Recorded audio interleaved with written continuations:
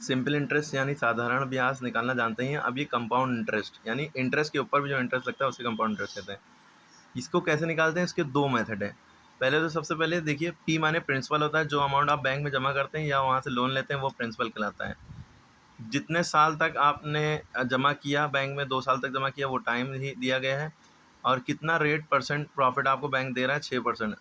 ठीक है, ये आपको इस हिसाब से वो दे रहा है कि आप इतने रुपये जमा करेंगे 2 साल में आपको 6% इस पर लग के मिलेगा। अब कंपाउंड सिंपल इंटरेस्ट जो निकालते हैं वो PRT/100 वाला फॉर्मूला लगा के ख़त्म हो जाता है सवाल। कंपाउंड इंटरेस्ट क्या होता है कि पहले इंटरेस्ट निकालो फिर अमाउंट, फिर इंटरेस्ट निकालो फिर अमाउंट, ऐसे।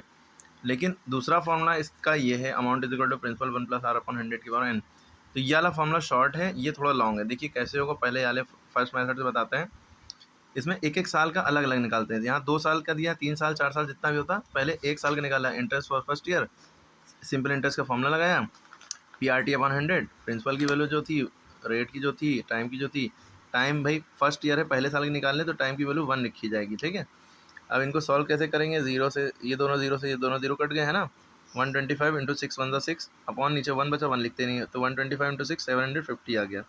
ये आपको ब्याज मिल गया, क्या मिल गया, सिंपल इंटरेस्ट अभी मिल गया। अब आप क्या करेंगे, अमाउंट निकालेंगे, कितना बैंक इतना ब्याज दे रहा है एक साल में बैंक आपको 750 रुपये, यानी कि आपको बैंक 12,500 रुपये जमा करने पे एक साल में इतना फ़ायदा दे रहा है। इसको उसमें ऐड कर देंगे, यानी बैंक कितना वापस करे, आपको कितना वापस करेगा एक साल में, इतने रुपए जोड़कर, जितने जमा किए थे उसमें इतने रुपए जोड़कर। तो इसीलिए अमाउंट का जो फॉर्मूला होता है प्रिंसिपल प्लस इंटरेस्ट, है ना। जो ये था इसमें ये ऐड कर दिया प्रिंसिपल में, ये इतना रुपए आपको बैंक एक साल में फ़ायदा देगा। ठीक, अब लेकिन हमें क्योंकि कंपाउंड इंटरेस्ट निकालना है, सिंपल इंटरेस्ट नहीं, तो हमने ये पहले एक साल का सिंपल इंटरेस्ट निकाला, फिर उसके बाद अमाउंट निकाला जितना बैंक आपको पैसे देगा।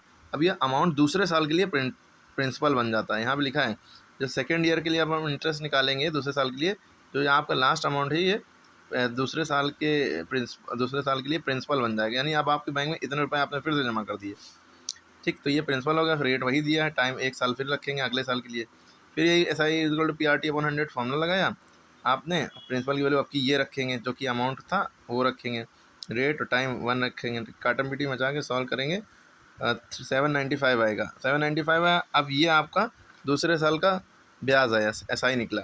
अब इसका अमाउंट निकालिए, इसके लिए अमाउंट का फॉर्मूला निकाला आपने, सेकंड ईयर के एंड में क्या अमाउंट बनेगा आपका, प्रिंसिपल, ये जो आपका दूसरा वाला प्रिंसिपल था वो रखा, प्लस इंटरेस्ट। ठीक है, दोनों को जोड़ा, यानी कि आपको इतना अमाउंट बैंक देगा। अब कंपाउंड इंटरेस्ट निकालेंगे, कंपाउंड इंटरेस्ट का फॉर्मूला 2 साल के लिए बात हो रही है, अगर तीसरा साल भी तो 3 साल के निकालता है, ये फिर प्रिंसिपल बन जाता है तीसरे साल के लिए। 2 साल का है तो 2 साल की compound interest formula, final amount minus original principal, जो पहले प्रिंसिपल था।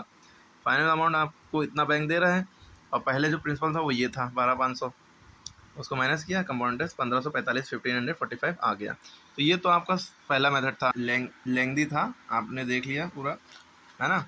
अब आपको हम सेकंड मेथड बताने जा रहे हैं। सेकंड मेथड में अमाउंट पहले निकालना है। अमाउंट का फॉर्मूला होता है प्रिंसिपल 1+R/100 ये फॉर्मूला रट लिया, याद कर लिए, ऐसे लिखते हैं, लिखने का तरीका देखना पड़ेगा। यहाँ पे ब्लैंक है, सॉरी यहाँ फ्रैक्शन बार है, यहाँ पे नहीं है अभी, ऐसे ही प्रिंसिपल की वैल्यू रखी। इसको कैसे सॉल्व करते हैं, यहाँ पे 1 लगा होता है, फिर इसको इधर क्रॉस मल्टीप्लाई, इसको इधर, 100 प्लस 6 106 अपॉन 100, याद रखिएगा, ये बस इसमें ऊपर जुड़ जाता है और नीचे जो लिखा वही लिख देते हैं। ठीक है, 100 में 6 जोड़ा, 106 ऊपर हो गया अपॉन 100, n माने टाइम होता है यहाँ पे, तो n की जगह टाइम